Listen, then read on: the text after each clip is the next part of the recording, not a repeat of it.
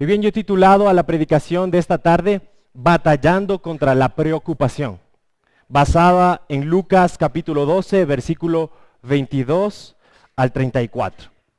Batallando contra la preocupación. Ese es el título de la predicación en esta tarde. No sé si tú has escuchado hablar de los pensamientos easy. ¿Alguna vez escuchaste hablar de los pensamientos easy? Bueno, déjame decirte cuáles son esos pensamientos easy. ¿Y si no puedo pagar esa deuda? ¿Y si se enferma mi hijo? ¿Y si saco malas notas? ¿Y si mis padres se mueren? ¿Y si me quitan la casa? ¿Y si se me daña el carro? ¿Y si me echan del trabajo? ¿Y si hay otro temblor esta noche? ¿Y si no consigo una pareja? Fíjate que nosotros en nuestra vida muchas veces tenemos este tipo de pensamientos, este tipo de preocupaciones. Y este tipo de preocupaciones atormentan nuestra alma, atormenta nuestro ser. La pregunta para ti hoy es, ¿qué es lo que te preocupa? ¿Qué te está atormentando que muchas veces incluso no te deja ni dormir? ¿Hay alguna preocupación en tu vida? No sé lo que te preocupe, pero lo que sí sé es que no debes dejar que esos pensamientos te paralicen. Alguien ha dicho que no podemos evitar que pájaros vuelen sobre nuestra mente o sobre nuestra cabeza, pero sí podemos evitar que hagan su nido. Muchas veces no vas a poder evitar pensamientos que traigan preocupaciones a tu vida, pero sí puedes evitar y puedes batallar contra ellos de tal manera que no hayan cabida en tu mente, en tu corazón y no te paralicen y no te turben. Y es eso lo que nos va a enseñar Cristo hoy por medio de este pasaje. Preocupaciones, sí, va a haber circunstancias de tu vida, situaciones difíciles en tu vida, porque de este lado de la gloria vas a tener problemas. La pregunta es, ¿cómo vas a batallar en medio de estas circunstancias? ¿Cómo vas a batallar con esos pensamientos que tienes? No sé qué tipo de pensamientos tengas, qué preocupaciones tengas, si es sobre tu familia, sobre tus hijos, esposo, esposa, salud, dinero, trabajo. Cualquier tipo de preocupación puedes llevarla cautiva a los pies de Cristo, como dice Pablo en 2 Corintios capítulo 10, versículo 5. Ahora bien, cuando vamos a ver este texto, vamos a estudiar este texto, tú te das cuenta que del tipo de preocupaciones que se habla aquí son preocupaciones relacionadas a lo económico, relacionadas a lo financiero. ¿Y cómo nos damos cuenta de eso? Bueno, por el contexto nos damos cuenta de eso. Fíjate conmigo el versículo 13. Aquí en Lucas capítulo 12, el versículo 13. Uno de la multitud le dijo, maestro, dile a mi hermano que divida la herencia conmigo. Pero él le dijo, hombre, ¿quién me ha puesto por juez o árbitro sobre vosotros? Y les dijo, estad atento y guardaos de toda forma de avaricia, porque aun cuando alguien tenga abundancia, su vida no consiste en sus bienes. Lo que Jesús está diciendo aquí es, oye, yo no soy juez ni árbitro de ti. Y quiero que sepas algo, tu vida no consiste en el dinero, no consiste en los bienes que tú posees. Y ahí entonces, versículo 16, les refiere una parábola relacionada a un hombre rico que acumuló muchas riquezas por toda su vida y nunca se preguntó por qué pasará después de la muerte. Y en el versículo 20, fíjate lo que dice Jesús. Pero Dios le dijo, necio, esta misma noche te reclaman el alma y ahora, ¿para quién será lo que has provisto? Así es el que acumula tesoro para sí y no es rico para con Dios. Fíjate que el contexto, Jesús está contando esta parábola y dice, la vida del hombre no consiste en los bienes, no consiste en el dinero, hay una vida después de la muerte.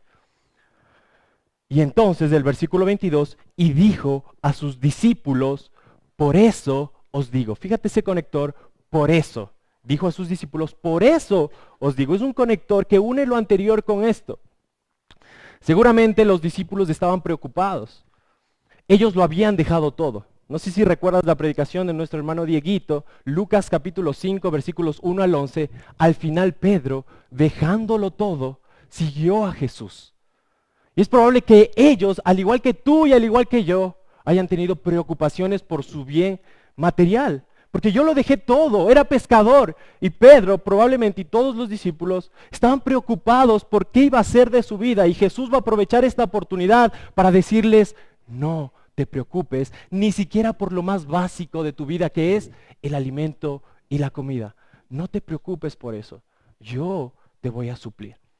Y es por eso que en esta tarde quisiera que estudiemos, en primer lugar, la definición de preocupación. Y en segundo lugar, quisiera que analicemos 3 razones que Jesús nos da para batallar contra la preocupación y la manera también de cómo batallar contra esta preocupación. Es cierto que este texto, como lo vimos, habla de preocupaciones económicas o financieras, pero estos principios que vamos a estudiar en esta tarde pueden servir para las preocupaciones que tú tienes en tu vida diaria. Así que empecemos por lo primero, una definición. Ahora, antes de dar una definición de qué significa preocuparse, yo creo que es importante que entendamos algo. ¿Qué significa, qué no significa el no os preocupéis de Jesús? Fíjate, el versículo 22, Jesús empieza diciendo, por eso os digo, no os preocupéis. La primera pregunta que le vamos a hacer al texto es, ¿qué significa el no os preocupéis de Cristo Jesús? Perdón, ¿qué no significa el no os preocupéis de Cristo Jesús? Entonces, no significa, cuando Jesús te dice, no te preocupes, no significa que debes dejar de proveer para los de tu casa. Eso no significa. Fíjate que en 2 de Tesalonicenses 3:10, Pablo dice, si alguno no quiere trabajar, que tampoco coma. Entonces Jesús cuando dice, no te preocupes, no está socapando la haraganería o la vaguería, como si él dijera, deja de trabajar, deja de buscar trabajo, deja de poner currículum en diferentes partes para encontrar un trabajo. No, eso no está diciendo Jesús, porque en 1 Timoteo 5:8 también dice lo mismo, que el que no provee para los de su casa es peor que un incrédulo. Ahora, una nota creo que es importante de balance aquí, porque en nuestro contexto latinoamericano y aquí en Ecuador, hay personas que no tienen trabajo y es difícil realmente encontrar un trabajo. Ahora, hermano, si no estás con trabajo y no tienes trabajo hoy, yo quiero decirte que a Dios no se le escapa de tus manos esta situación en la que tú estás y Dios ha permitido esa circunstancia. No dejes de buscar trabajo, no te desanimes, no te desalientes. Dios usa todavía estas cosas para seguirte formando a la imagen de Cristo. Sigue buscando trabajo, sé diligente, que los resultados van a venir de parte de Dios. Entonces, en primer lugar, no significa que debes dejar de proveer para los de tu casa. En segundo lugar, no significa que debes dejar de planificar para el futuro. Salomón en Proverbios 6:6-8 dice, mira la hormiga y sé sabio, prepara en el verano su alimento y recoge en la cosecha su sustento. Por tanto, si tú quieres ahorrar para tus vacaciones, si tú quieres planificar para comprarte una casa, si tú quieres ahorrar para comprarte un carrito, está bien. No hay problema con eso. Eso no significa que no te preocupas. Tú puedes planificar y puedes ahorrar para todo lo que tú hayas pensado para el futuro. Sin embargo, lo que sí significa, y vamos a ver a continuación, como dice Juan Carlos Riley, es una ansiedad, la preocupación, una ansiedad atormentadora, desgastante y corrosiva. Entonces ahora sí pasemos a ver qué significa la preocupación. Y vamos a ver el texto. Quiero que tú mismo, junto a mí, veas en el texto, hay algunas pistas que podemos sacar, características, antes de dar una definición de lo que significa preocupación. Entonces, en primer lugar, déjame darte 7 características antes de poder darte una definición. Entonces, número 1, la primera característica es que la preocupación es pecado. Fíjate, el versículo 22 dice, por eso os digo, no os preocupéis. Fíjate conmigo también el versículo 29. Dice, y no estéis. Fíjate que este es un mandato de Dios. No te preocupes. De manera que desobedecerlo sería pecado. Como ha dicho un autor, hay un libro que se llama Pecados Respetables. Es uno de los pecados que los cristianos cometemos y es como que lo pasamos por alto. Ahora bien, yo creo que no toda preocupación es pecaminosa. No toda preocupación es pecaminosa porque si tú te fijas en Mateo capítulo 26, Jesús estuvo preocupado. Dice que él estuvo angustiado hasta la muerte. Entonces, no su preocupación no fue pecaminosa y Pablo también tuvo preocupación. En 2 Corintios 11:28 dice que él se preocupaba por todas las iglesias de Cristo. Entonces no toda preocupación es pecaminosa. Cuando la preocupación se vuelve pecaminosa, cuando tú decides correr, tratar de resolver esos problemas en tus fuerzas y confiar en ti mismo. Fíjate que Jesús, en el momento de su angustia, no corrió a ningún lado, él corrió al huerto de Getsemaní ¿a qué? A orar con el Padre. Pablo lo mismo. En 2 Corintios capítulo 12 tú ves que él ora al Señor. 3 veces he rogado al Señor que me quite este aguijón. Entonces, la preocupación es pecaminosa finalmente cuando tú decides confiar en ti mismo, en tus fuerzas y no en Dios. Y eso es lo que vamos a seguir viendo. Número 2, segunda característica. Fíjate conmigo el versículo 22 y 23. Dice, y dijo a sus discípulos, por eso os digo, no os preocupéis por vuestra vida. ¿Qué comeréis? Ni por vuestro cuerpo, ¿qué vestiréis? Porque la vida es más que el alimento y el cuerpo más que la ropa. La segunda característica de la preocupación es que es una búsqueda ansiosa de suplir para necesidades terrenales como el comer y el vestir. Fíjate el versículo 26 conmigo también. Dice, si vosotros pues no podéis hacer algo tan pequeño, ¿por qué os preocupáis por lo demás? Lo demás, versículo 29. Vosotros pues no busquéis qué habéis de comer y no estéis preocupados. Versículo 30a, porque los pueblos del mundo buscan ansiosamente estas cosas. Entonces la preocupación en segundo lugar es una búsqueda ansiosa por suplir para necesidades terrenales como el comer y el vestir. Eso es lo que vemos aquí. Número 3, la preocupación altera tu mente de tal manera que solo piensas en el aquí y el ahora, no en la eternidad. Versículo 23, porque la vida es más que el alimento y el cuerpo es más que la ropa. Tú estás pensando cuando te preocupas que tu vida solo es aquí y ahora, no hay una eternidad. Cuarta característica, la preocupación tiene que ver con el tiempo. Versículo 25 y 26. ¿Y quién de vosotros, por ansioso que esté, puede añadir una hora al curso de su vida?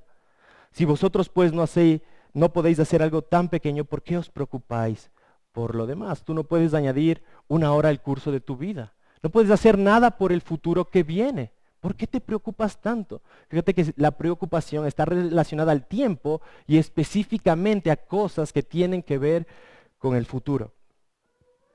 Número 5, la preocupación está asociada con la falta de fe en Dios y en su palabra. Versículo 28. Y si Dios viste así ayer en el campo, que hoy es y mañana es echada al horno, ¿cuánto más hará por vosotros, hombres de poca fe? Versículo 33.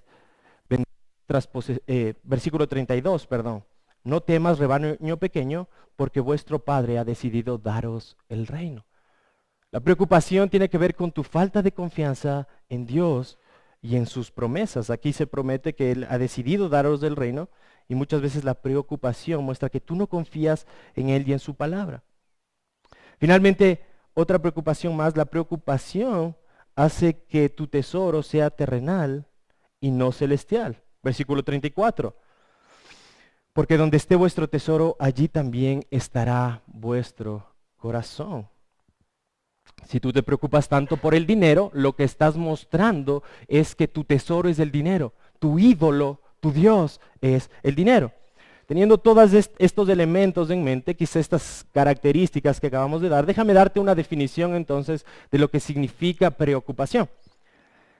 Preocupación entonces significa una turbación mental o una visión doble por el futuro y por cosas de este mundo que nos lleva a desconfiar de Dios y su palabra. Si pudiéramos definir sencillamente entonces preocupación, definiríamos de esta manera, es una turbación mental por el futuro y por cosas de este mundo que nos lleva a desconfiar de Dios y de su palabra. Es eso la preocupación. Entonces, teniendo en mente esto, que es la preocupación, ahora sí vamos a ver 3 razones para no preocuparnos y la manera de batallar contra esta preocupación. Entonces, empecemos por lo primero. La primera razón. La primera razón que vemos en el texto, basados en los versículos 22 al 28, es que tú no debes preocuparte y yo no debo preocuparme, porque Dios es un Padre soberano y amoroso. Lee conmigo el versículo 23, la primera razón. Dice, porque la vida es más que el alimento y el cuerpo más que la ropa. La vida es más que el alimento y el cuerpo más que la ropa. Lo que Jesús está diciendo es, tu vida no solo consiste aquí y ahora. Y tú como cristiano lo sabes, porque tú sabes que tú tienes vida eterna. Pero esta vida que tienes aquí y ahora, yo, que soy tu Padre soberano y amoroso, me voy a encargar de suplirla. Si yo te di la vida eterna, si yo te di el perdón de pecados y la vida eterna, y tú vas a vivir por siempre, yo estoy comprometido conmigo mismo en darte lo que tú necesitas en esta vida terrenal. Yo te voy a suplir todo lo que a ti te hace falta. No lujos, no riquezas, pero sí sustento y abrigo. Porque la vida es más que el alimento y el cuerpo más que la ropa. Y quizá tú no ves tan claro. Yo no veo ahí que Dios es un Dios soberano y amoroso, pero lo vas a ver en los siguientes 3 ejemplos que Jesús va a dar. Porque Él va a mostrarnos 3 ejemplos para mostrar esta verdad. La vida terrenal, yo estoy encargado. Yo, que soy tu Padre amoroso. Veamos los 3 ejemplos para que veas más claro lo que estoy diciendo. Primer ejemplo. Los cuervos, versículo 24. Considerad los cuervos que ni siembran ni ciegan, no tienen bodega ni granero, y sin embargo Dios los alimenta. ¿Cuánto más valéis vosotros que las aves? Aquí muestra claramente que los pájaros son nuestros maestros y predicadores, como decía Martín Lutero. Los cuervos, las aves, lo que muestra aquí, simplemente son cuervos, son aves, no saben sembrar, cegar y almacenar. Y sin embargo están bien cuidados porque Dios los alimenta. Y fíjate, esto es lo clave. Dios alimenta a esos cuervos y al final dice, ¿cuánto más valéis vosotros que las aves? En el pasaje paralelo, cuando tú ves Mateo capítulo 6, versículo 26, dice, vuestro Padre Celestial los alimenta. Vuestro Padre, o sea, nuestro Padre, los alimenta a ellos. ¿Cuánto más valéis vosotros? Lo que está diciendo aquí es que tú, querido hermano, yo, como hijo de Dios, soy de mucho más valor que esas aves y por tanto, Dios nos va a sustentar. Como iglesia reformada hacemos mucho énfasis en la depravación total del hombre. Y es verdad, el hombre es totalmente depravado, sí, pero también debemos hacer énfasis en esto, que tú y yo somos de más valor, de más valía que los animales.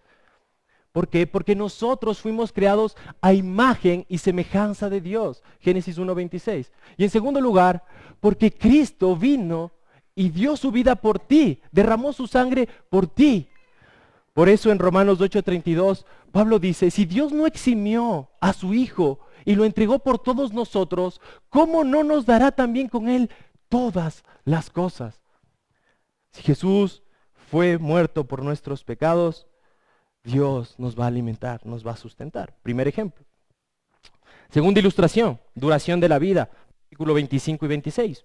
¿Y quién de vosotros puede añadir una hora al curso de su vida? Si vosotros pues no podéis hacer algo tan pequeño, ¿por qué os preocupáis por lo demás?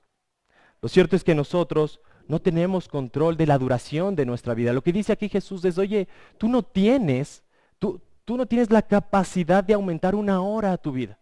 Los días tuyos, los cabellos tuyos están contados por Dios, los días tuyos están contados por Dios. Y si algo tan pequeño como esto, como el tiempo, no puedes controlar, ¿por qué te preocupas por lo demás? Si tú mismo a ti no te das la vida que tienes, ¿por qué te preocupas por lo demás? Ese aire que estás respirando es el Dios soberano el que te da ese aire en su gracia. Es el Dios soberano que está sustentando tu corazón para que lata cada segundo para que puedas tener vida. Y si Dios está haciendo eso por ti, ¿cómo no va a suplirte de lo demás? ¿Cómo no te va a dar el sustento y el abrigo? Por eso dice, ¿por qué os preocupáis por lo demás? Y aquí un paréntesis. Yo creo que muchas circunstancias en nuestra vida Dios mismo permite que no estén bajo nuestro control. El tiempo no está bajo nuestro control, pero circunstancias se escapan de tus manos y se escapan de mis manos. Y Dios quiere que tú no controles de esas circunstancias porque Él quiere hacerte saber que Él es Dios y tú no eres Dios. Él es soberano y tú no eres soberano. Nosotros no podemos confiar en nosotros mismos. Por eso, como hijos de Dios, Él muestra su amor cuando orquesta circunstancias en tu vida y hay problemas que tú no puedes solucionar. No están en tus manos solucionar. Y no es para que te preocupes que Dios te pone eso, es para que de una vez por todas confíes en el Dios soberano y amoroso que te está enviando lo que te está enviando. La tercera ilustración, versículos 27 y 28, los lirios. Considerad los lirios, cómo crecen, no trabajan ni hila. Pero os digo que ni Salomón en toda su gloria se vistió como uno de estos. Y si así Dios viste a la hierba del campo porque hoy es y mañana es echada al horno, ¿cuánto más hará por vosotros, hombres de poca fe?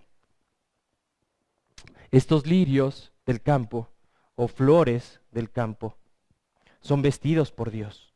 Y dice la Escritura que ni Salomón con toda su gloria y pomposidad tuvo lo que ellos tuvieron, que es ese vestido. Dice, a ti también te voy a dar el vestido. Los cuervos hacían alusión a la comida, los lirios hacen alusión al vestido. Lo que Jesús te está diciendo es, yo te voy a proveer de la comida y del vestido. No te preocupes, es eso. Y el argumento, creo que aquí también es doble, porque Jesús lo que nos está enseñando es que si Dios provee para estas flores que son de corta vida, ciertamente proveerá a sus hijos que llegarán a gloria eterna. Si Dios provee para estos lirios que son de corta duración, para ti que eres un ser eterno, que Él te ha dado la vida eterna, Él también te va a vestir. Y si Dios engalana, en segundo lugar, a las flores silvestres con ropas tan hermosas, ciertamente vestirá a sus hijos con el vestido común que necesitan. De manera que Dios es soberano y amoroso. Viste esa flor que es desperdiciada por el ser humano, pero también te vestirá a ti. Y ese es el argumento del Señor Jesús, el primer argumento. Ahora, ¿cuál es la manera? La manera como nosotros batallamos contra esta preocupación, la primera manera. Y la primera manera es confiando en este Padre soberano y amoroso. Fíjate, el versículo 28 dice, ¿cuánto más hará por vosotros, hombres de poca fe? El problema no es que no tenemos fe. El problema nuestro es que somos hombres de poca fe, igual que los discípulos. Y Jesús les dijo una y otra vez a los discípulos de su Hijo. Jesús nos dice a nosotros, oye, tú eres un hombre de poca fe cuando tú te preocupas. ¿Significa eso que en medio de las situaciones que enfrentas en la vida, ese poca fe, significa que tú estás confiando más en ti mismo, más en las personas o en alguna cosa que en Dios? Eso significa hombres de poca fe. No estás confiando en Dios y estás confiando en ti mismo. Es por eso que Primera de Pedro, capítulo 5, versículo 7, Pedro nos dice, oye, echa toda tu ansiedad sobre Él, porque Él tiene cuidado de ti. Echa toda tu ansiedad, toda preocupación, porque Él es tu Padre amoroso y tiene cuidado de ti. O sea que el llamado para ti hoy, hermano, es no dejes de confiar en Dios, porque Él es un Padre soberano y amoroso, que Él te sustentará toda tu vida y te llevará a la vida eterna. La pregunta es, si soy hombre de poca fe, ¿cómo yo aumento mi fe? ¿Cómo yo hago crecer mi fe? ¿Y qué dice Romanos 10:17? Para los que les gusta memorizar la Biblia. ¿Recuerdan Romanos 10:17? Dice, la fe viene por el oír. ¿Y el oír por qué? Por la palabra de Dios. La pregunta es, ¿con qué te estás alimentando? ¿Te estás alimentando con la palabra de Dios? Si la fe viene por la palabra, ¿de qué te estás alimentando? Cuando vengan las dificultades de tu vida, las situaciones difíciles de tu vida, el hecho de que inviertas tanto tiempo en ver novelas, películas y en hacer muchas cosas, excepto en invertir tiempo en la palabra, no te va a sostener nada de eso.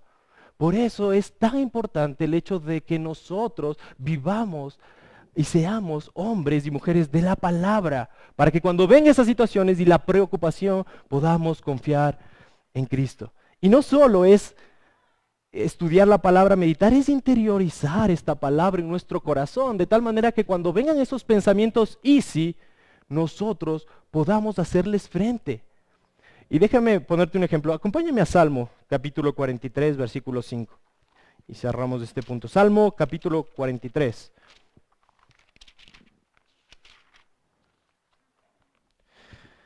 Salmo, capítulo 43, versículo 5.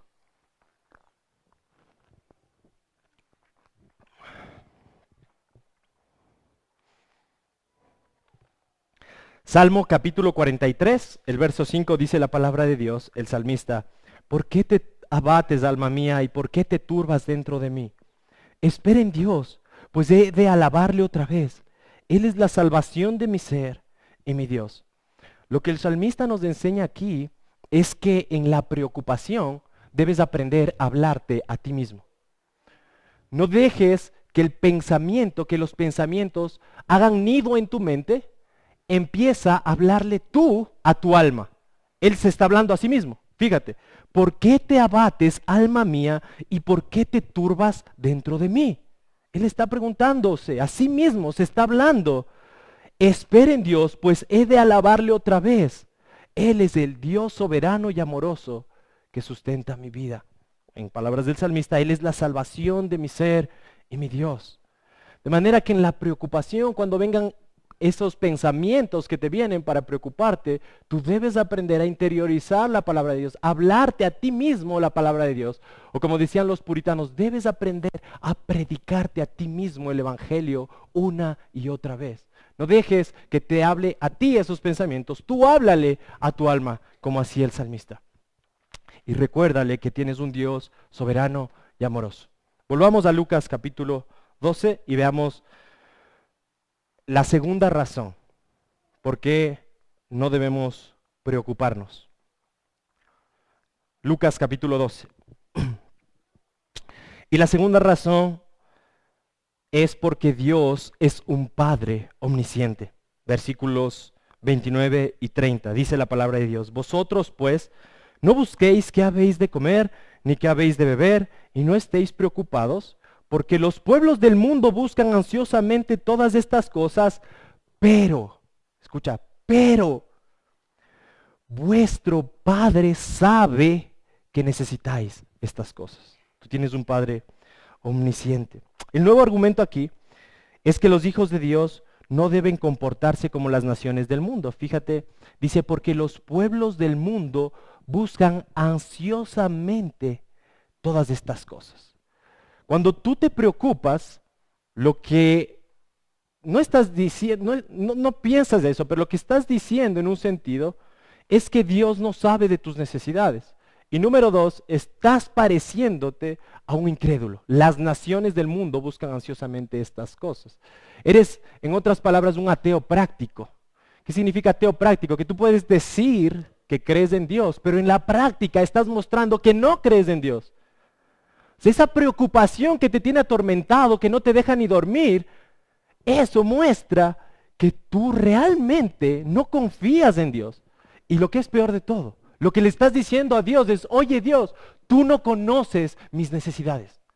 Tú no sabes lo que estoy pasando. Tú no sabes que tengo un hijo enfermo. Tú no sabes que no tengo sustento. Tú no sabes lo que está pasando en mi vida, en esta circunstancia difícil, en mi trabajo. Eso es lo peor de todo.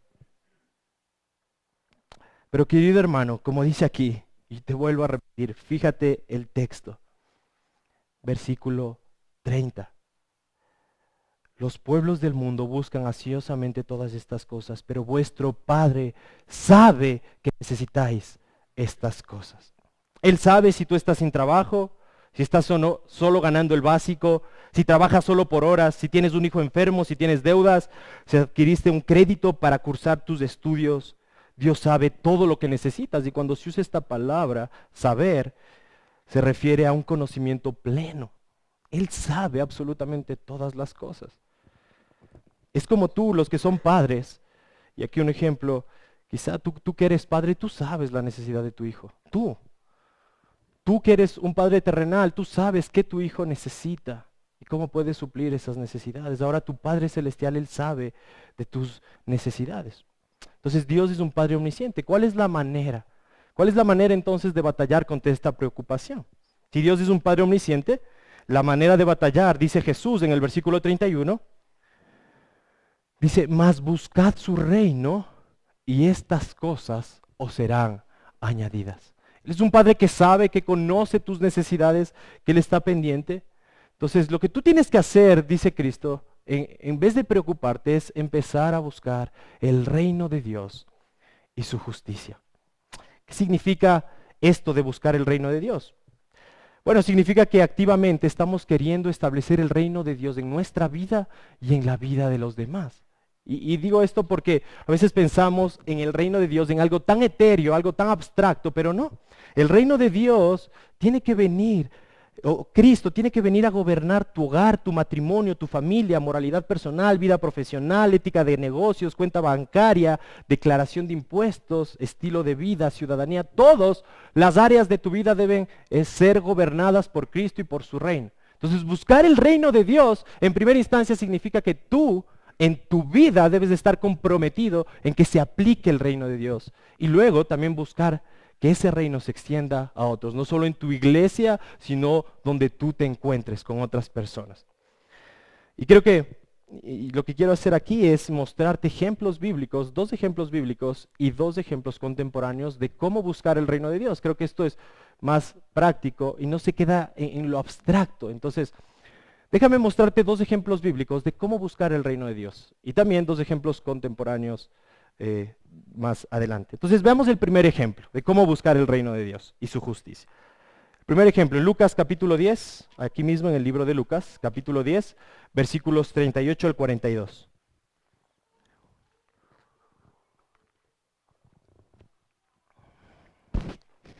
Lucas capítulo 10, el verso 38 al 42. Dice la palabra de Dios, mientras iban ellos de camino, él entró en cierta aldea y una mujer llamada Marta le recibió en su casa y ella tenía una hermana que se llamaba María, que sentada a los pies del Señor escuchaba su palabra. Pero Marta, y aquí está la palabra, se preocupaba con todos los preparativos y acercándose a él le dijo, Señor, ¿no te importa que que mi hermana me deje servir sola? Dile pues que me ayude. Respondiendo el Señor le dijo, Marta, Marta, tú estás preocupada y molesta por tantas cosas, pero una sola cosa es necesaria, y María ha escogido la parte buena, la cual no le será quitada. María ha escogido la parte buena, la cual no le será quitada. ¿Sabes cómo buscar el reino de Dios? Según este texto, según lo que dice aquí, significa que estás a los pies de Cristo. Eso significa buscar el reino de Dios. Que estás tú, en primer lugar, a los pies de Cristo. Fíjate que aquí incluso en este texto en que acabamos de leer, el ministerio eclesiástico que supuestamente pudiera ser visto como buscar el reino de Dios, no significa eso buscar el reino de Dios. Porque Marta está afanada, está turbada, no está buscando el reino de Dios. Pero María sí está buscando. Y está buscando establecer el reino en su propia vida. Está a los pies de Cristo. Ella escogió la buena parte, la mejor parte, la cual no le será quitada.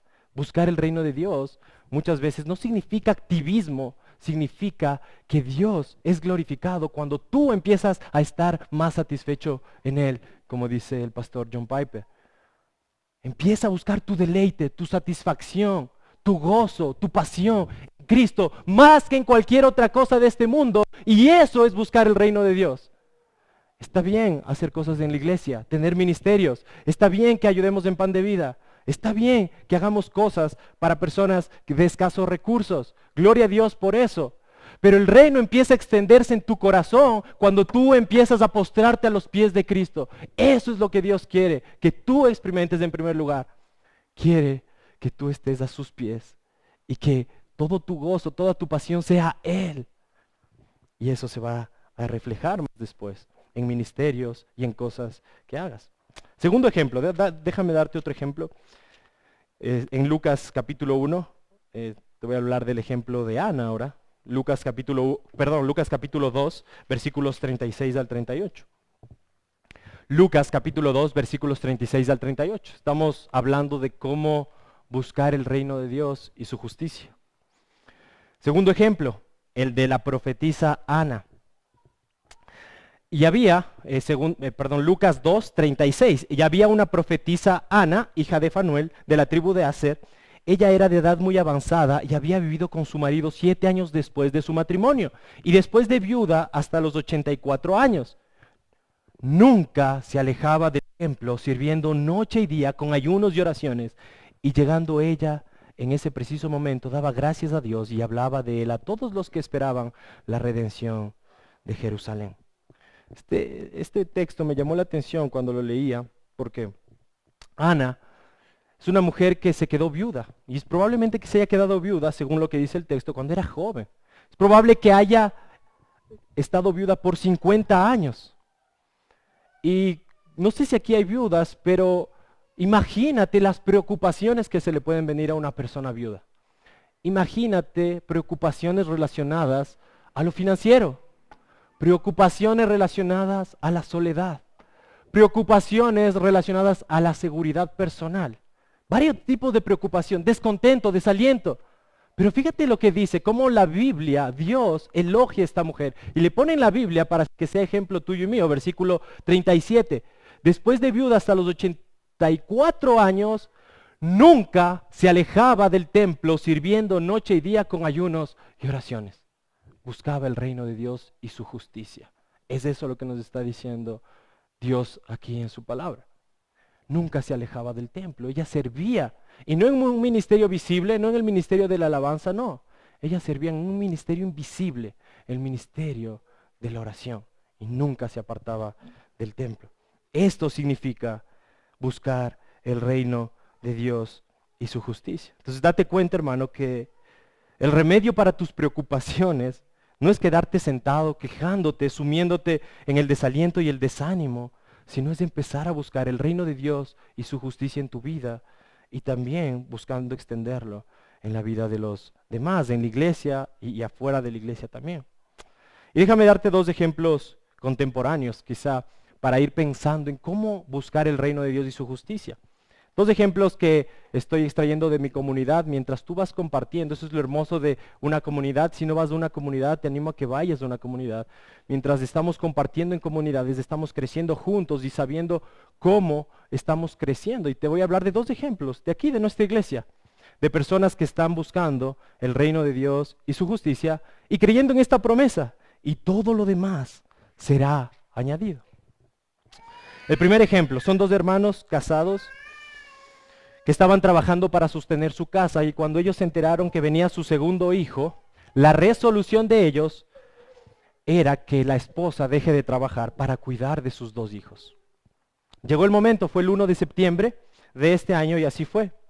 Ellos por fe en el Señor decidieron que la esposa deje de trabajar mientras los niños siguen creciendo, ya que quieren extender el reino de Dios y su justicia dentro de su hogar. Ellos no van a recibir el monto que recibían por lo que la esposa trabajaba, pero están aferrados a la promesa.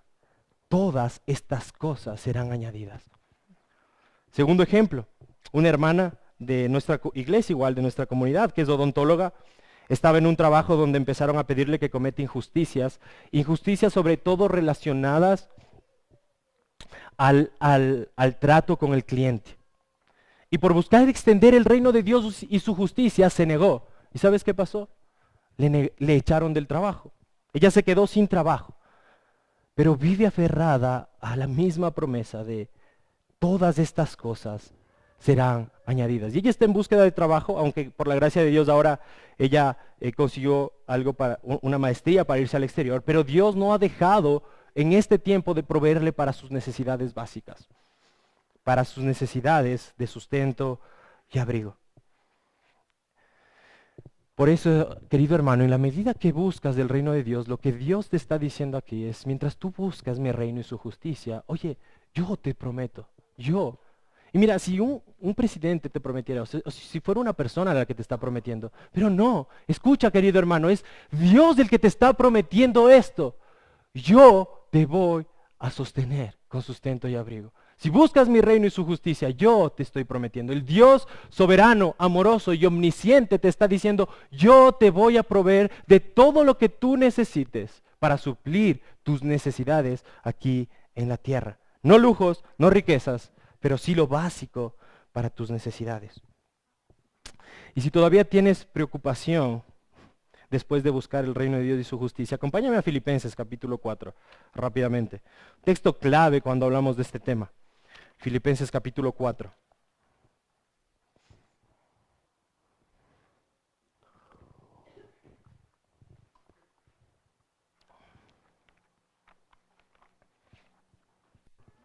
Filipenses capítulo 4, el versículo 6 al 8.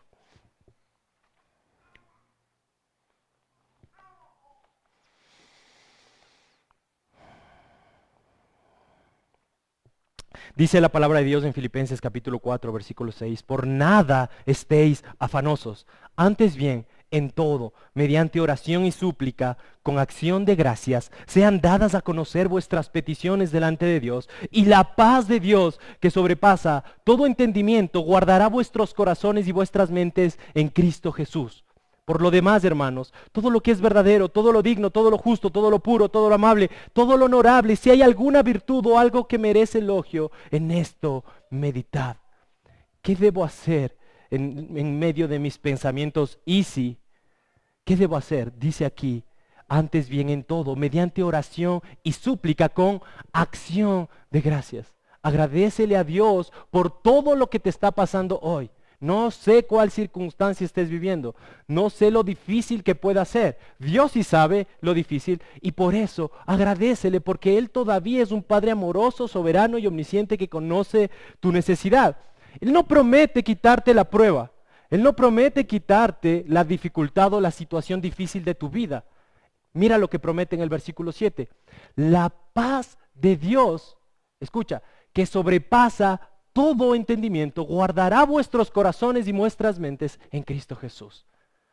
Lo que Jesús y Dios te está ofreciendo es la paz. Esa paz que quizá no has experimentado nunca porque siempre has dependido en tus fuerzas o has dependido en personas para escapar de tus problemas. Esa paz que sobrepasa todo entendimiento es la que Jesús te ofrece hoy en medio de la dificultad que tú estés pasando. Eso es lo que Dios quiere, darte de su paz. Por lo demás, hermanos, versículo 8, todo lo que es verdadero. Entonces, esos pensamientos easy que tienes, hermano, esos pensamientos que te preocupan, ¿y si pasa esto? ¿Y si pasa esto? ¿Y si pasa esto? No tienen que hallar cabida en tu mente. Dice Pablo, oye, todo lo que es verdadero, todo lo digno, todo lo justo, todo lo puro, en eso debes pensar. Entonces, cuando vengan esos pensamientos, órale al Señor, ve al Señor corriendo, así como hizo María, así como hizo Ana, ve en oración al Señor, póstrate delante de sus pies, echa delante de Él tu carga, tu afán y tu ansiedad. Él promete darte la paz que sobrepasa todo entendimiento, y como vimos, si buscas su reino y su justicia, Él añadirá todas las cosas que tú necesitas. Y en tercer lugar y último, volvamos a Lucas capítulo 12.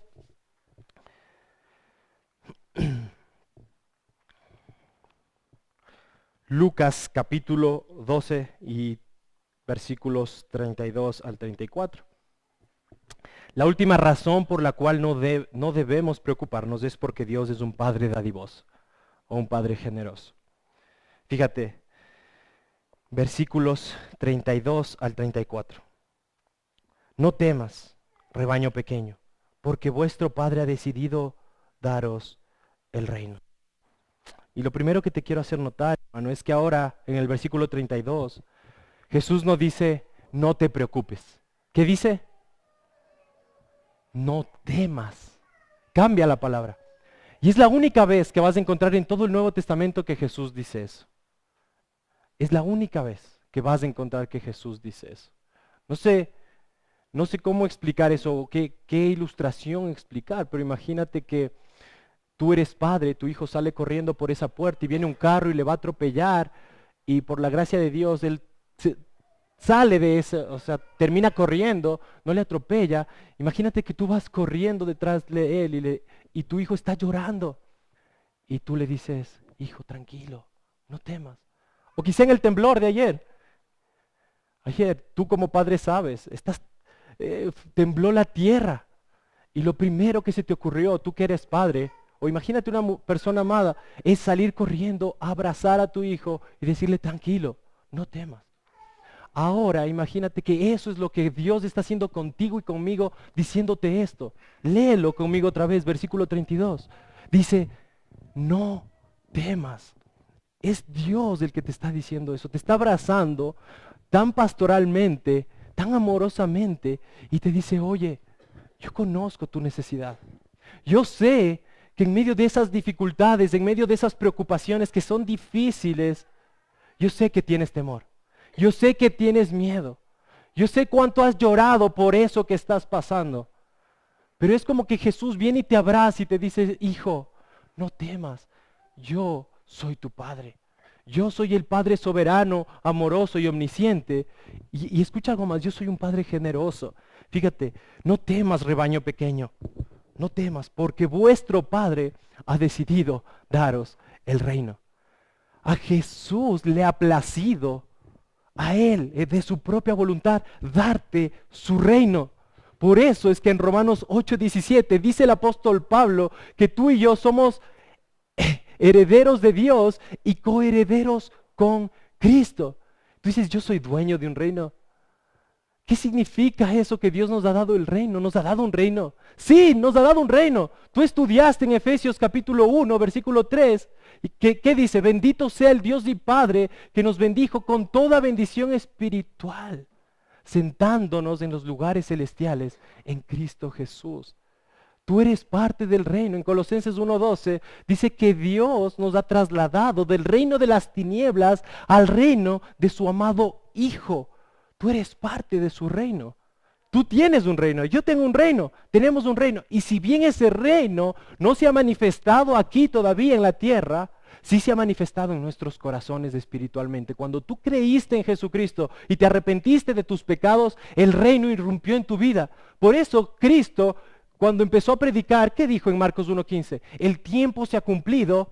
El reino de Dios se ha acercado. Arrepentíos y creed en el Evangelio. Cuando tú te arrepientes de tus pecados y crees en Jesucristo, el reino irrumpe en tu corazón y ahora tú tienes todas las bendiciones espirituales del reino. Y tú las viste en Efesios, ¿te acuerdas? Capítulo 1 al capítulo 3. Todas las bendiciones que tú tienes. Por eso Pablo termina diciendo en Efesios capítulo 3 que de alguna manera, Señor, abre nuestro entendimiento para entender cuánto es tu amor para con nosotros. La altura, la longitud, ayúdanos a ver cuánto tú nos amas, porque Él ha decidido, como dice aquí Jesús, darnos el reino. Y este reino se va a manifestar, querido hermano, un día cuando Jesús vuelva. Por eso es que nuestra esperanza es que Cristo venga por segunda vez y Él va a reinar. Por eso en Apocalipsis 1:6 dice que somos reyes y sacerdotes para Dios. Real sacerdocio, dice también el apóstol Pedro, primera de Pedro capítulo 2, versículo 9. De manera que Dios es un Padre dadivoso. ¿Y de qué manera entonces nosotros batallamos contra la preocupación? Y creo que esta última manera de batallar tiene que ver específicamente con las preocupaciones materiales, porque dice el versículo 33 al 34, dice, vended vuestras posesiones y dad limosnas, haceos bolsas que no se deterioran, un tesoro en los cielos que no se agota, donde no se acerca ningún ladrón ni la polilla destruye, porque donde esté vuestro tesoro, allí también estará vuestro corazón. Así como tu Padre es dadivoso, dice Jesús, tú y yo debemos de ser dadivosos. Vended vuestras posesiones y dad limosnas. Esa es la orden de Jesús. Y quizá aquí tú te preguntas, pero yo, si te estoy preocupado por lo económico, ¿cómo es que voy a vender mis posesiones? ¿Cómo es que voy a ofrendar? Bueno, no es tan fácil la respuesta a esa pregunta, pero te voy a decir cómo yo la he solucionado. Yo creo personalmente que el llamado de vende tus posesiones y dad limosna no se ve de la misma manera en todos. Se ve de diferente manera. Hay veces que Jesús, por ejemplo, al joven rico le dijo, vende todo y sígueme. A Zaqueo, por ejemplo, no. Zaqueo, en Lucas capítulo 19 se ve que Zaqueo no dio todo. También tú ves en Romanos 16 a Tercio, un hombre rico. Entonces hay personas que sí lo hicieron, que vendieron todo literalmente. Hechos capítulo 2, versículos 45 al 47. Hechos capítulo 4, versículos 32 al 37. Entonces, hay veces que sí Dios te va a requerir. Es más, si Dios te pide que vendas todo lo que tienes, y ese es el llamado de Dios para tu vida, gloria a Dios. Vende todo lo que tienes y ofrenda. Gloria a Dios. Quizá haya personas de hacia aquí, pero quizá haya personas que no. El llamado sea a ofrendar y a ofrendar generosamente. Lo que sí nos enseña Jesús es que debemos ofrendar generosamente. Lo que Jesús quiere es que combatamos ese espíritu egoísta que hay dentro de nosotros, ese espíritu que quiere acumular y acaparar todas las cosas como si en eso consistiera nuestra propia vida. Entonces Jesús, algunos han tratado de tomarle como un líder socialista, que lo que está enseñando aquí es que repartamos todos de igual manera. Eso no es lo que enseña Jesús. Lo que enseña Jesús es a dar con un corazón generoso. Y fíjate lo que dice el versículo 33, haceos bolsas que no se deterioran. Esto es lo que enseña Jesús. Un tesoro en los cielos que no se agota, donde no se acerca ningún ladrón, ni la polilla destruye. Lo que Jesús está diciendo es, tú debes enfocarte en el reino de Dios, buscar las cosas de arriba y hacer tesoros arriba. Entonces ofrenda, da generosamente. Yo creo que hay un ejemplo súper lindo en la Biblia mismo que nos muestra esto. Acompáñame a 2 Corintios capítulo 8.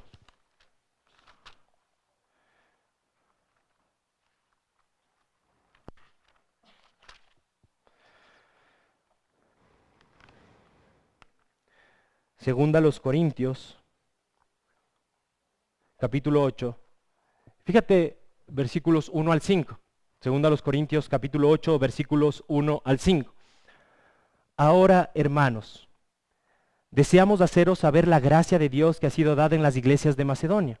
Pues en medio de una gran prueba de aflicción, abundó su gozo y su profunda pobreza sobreabundó en la riqueza de su liberalidad o generosidad. Porque yo testifico que según sus posibilidades y aún más allá de sus posibilidades, dieron de su propia voluntad, suplicándonos con muchos ruegos el privilegio de participar en el sostenimiento de los santos.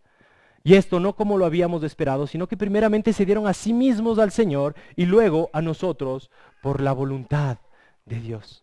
Tienes una iglesia pobre, las iglesias de Macedonia, y dice, aún en su profunda pobreza, sobreabundó en la riqueza de su liberalidad. Aún en tu pobreza o en la pobreza que ellos tenían, ellos fueron generosos y le pidieron, Pablo, nosotros queremos participar en esa ofrenda que tú estás recogiendo. Y no solo eso, sino fíjate en el versículo 5, primeramente se dieron a sí mismos al Señor. De manera que a veces pensamos en ofrenda, en dar solamente como si fuera dinero, pero estás dando tu vida. ¿Cuánto de tu vida estás dando? Tu tiempo, tus dones, tus habilidades, lo que el Señor te ha dado, cuánto estás dando. El punto es, hermano, sé generoso con lo poco, con lo mucho que el Señor te ha dado, sé generoso. ¿Por qué razón? Volvemos a Lucas capítulo 12 y terminamos en el versículo 34. ¿Por qué razón yo tengo que ser generoso? Lucas 12, versículo 34.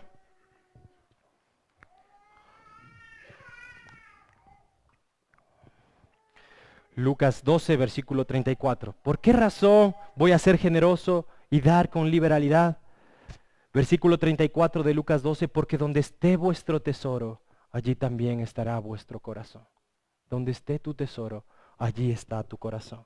Si tú no das, si tú amas el dinero, vas a mostrar que ese es tu tesoro, que ese es tu Dios. Si tú empiezas a dar, a ofrendar para la obra del Señor, tú vas a mostrar que tu tesoro es Cristo. Eso no significa que vas a despilfarrar tu dinero, pero sí significa que vas a invertir tu dinero en el reino de Dios, en ofrendar, en dar a personas, en dar a la iglesia con un corazón generoso y sincero, lleno de gracia. Y termino con este versículo, Hebreos capítulo 13, versículo 5. Acompáñame allá. Hebreos capítulo 13, versículo 5.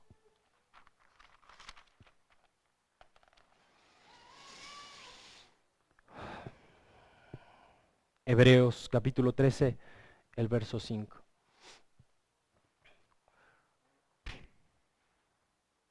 Dice la palabra de Dios: sea vuestro carácter sin avaricia, contentos con lo que tenéis, porque Él mismo ha dicho, nunca te dejaré y nunca te desampararé.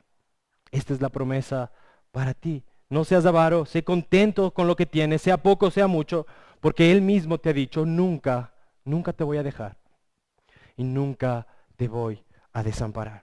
¿Qué hemos visto hoy? Bueno, vimos en primer lugar la definición de preocupación y en segundo lugar algunas razones para no preocuparnos. Y dijimos que en primer lugar no debemos preocuparnos porque Dios es un Padre soberano y amoroso y combatimos la preocupación confiando en Él y en sus promesas. En segundo lugar, porque Dios es un Padre omnisciente y combatimos la preocupación buscando el reino de Dios y su justicia. Y en tercer lugar, porque Dios es un Padre dadivoso y combatimos la preocupación despojándonos de nuestros bienes y dando generosamente. No quiero terminar sin antes hablar palabras para personas que nos visitan por primera vez o personas que han estado viniendo regularmente pero que todavía no tienes a Cristo como tu Señor y Salvador. Entonces, quiero terminar hablándote a ti, querido amigo que nos visitas, persona que estás aquí, que todavía no tienes a Cristo. Cristo no es el Señor de tu vida. Y yo quiero decirte, querido amigo, que tu vida no consiste en los bienes que posees. No consiste en el dinero que puedas acumular. Eso es lo que el mundo trata de hacerte creer. La televisión trata de hacerte creer que solamente tienes que vivir para aquí y el ahora. El antiguo concepto, no sé si has escuchado, del carpe diem, que la vida es una sola, o en quiteño, chuya vida. Es solo una vida la que tenemos. Entonces, aprovechémosla. Es solo una vida. Vivamos aquí y el ahora. Pero en palabras de Jesús, en este capítulo, el capítulo 12, si tú vives solamente para el aquí y el ahora y nunca has pensado en la eternidad, Jesús te diría algo como esto: necio, necio. Esta noche vienen a pedirte tu alma. ¿Y para quién será lo que has provisto? ¿Para quién será tu dinero? ¿Para quién será tus títulos, tu profesión? ¿Para quién será tu familia? ¿Para quién será todo lo que tienes? Esta noche vienen a pedir tu alma. De manera que el llamado para ti, querido amigo, no es, no te preocupes. No, no, no. Ese no es el llamado para ti. El llamado para ti, querido amigo, es preocúpate por tu alma porque hay una vida después de la muerte. Y Jesús está diciendo eso antes de este texto. Le dice, nos cuenta una parábola y dice, necio, esta noche vienen a pedirte tu alma y ¿para quién será lo que has provisto? Eres un necio si solamente viviste para aquí y ahora y nunca te preguntaste por la eternidad. Entonces, amigo, preocúpate porque hay una vida después de la muerte. ¿Hay una eternidad con Dios o hay una eternidad sin Dios? La pregunta es, ¿quieres estar una eternidad con Dios o quieres estar una eternidad sin Dios? Y la respuesta en su palabra es, si tú quieres una eternidad con Dios, solamente ven al arrepentimiento de tus pecados y a la fe en Jesucristo. Jesús murió por pecadores como nosotros. Jesús murió para darte vida y vida eterna, una vida en abundancia. Entonces, querido amigo que estás aquí, que no tienes a Cristo, el llamado para ti es hoy, arrepiéntete de tus pecados y cree en Jesucristo para el perdón de tus pecados, porque tu vida es mucho más allá que esta. Si hay una vida después de la muerte, la palabra de Dios habla claramente de eso. Y un día te vas a encontrar delante de la presencia de Dios, ¿y para quién será lo que has provisto? Nunca te preguntaste sobre lo que hay después de la muerte, te va a decir Dios.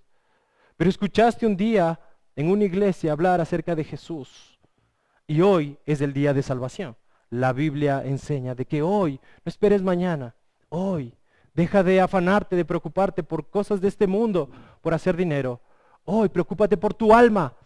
Y entonces ven al arrepentimiento y a la fe en Jesucristo para el perdón de pecados y tu vida eterna. Que Dios bendiga su palabra. Vamos a orar. Padre, gracias por tu palabra. Gracias, Señor, porque tú nos muestras en tu palabra que la preocupación es un pecado, sobre todo cuando decidimos confiar en nosotros mismos. Padre, lo cierto es que hay tantas circunstancias en nuestra vida que llevan a preocuparnos. No permitas que las aves hagan nido en nuestra mente, que estos pensamientos hagan nido en nuestra mente. Ayúdanos a batallar por medio de la fe en ti, Señor, Ayúdanos a batallar sabiendo que tú eres un Dios amoroso, soberano, omnisciente y dadivoso. Ayúdanos a batallar, Padre, dando generosamente. Ayúdanos, Señor, a batallar orando con acciones de gracia y trayendo pensamientos de tu palabra a nuestra mente y corazón. Padre, ayúdanos a confiar en tu promesa de que todas estas cosas serán añadidas. Ayúdanos a confiar en tu promesa de que tu paz guardará nuestra mente y corazón cuando nos preocupamos y vamos hacia ti. Señor, no permitas, Padre del cielo, que vivamos una vida preocupada. No permitas, oh Señor, que vivamos una vida de afán y ansiedad, mostrando como si no te conociéramos o como que si no supiéramos que tú sabes de nuestras necesidades. Señor, permítenos disfrutar, Padre del cielo, de ti, atesorarte a ti, como más valioso que cualquier otra cosa de este mundo, y que podamos, oh Señor, buscar tu reino y tu justicia, de tal manera que estas cosas como la comida y el vestido sean añadidas, porque te lo pedimos en el nombre de Jesús. Amén.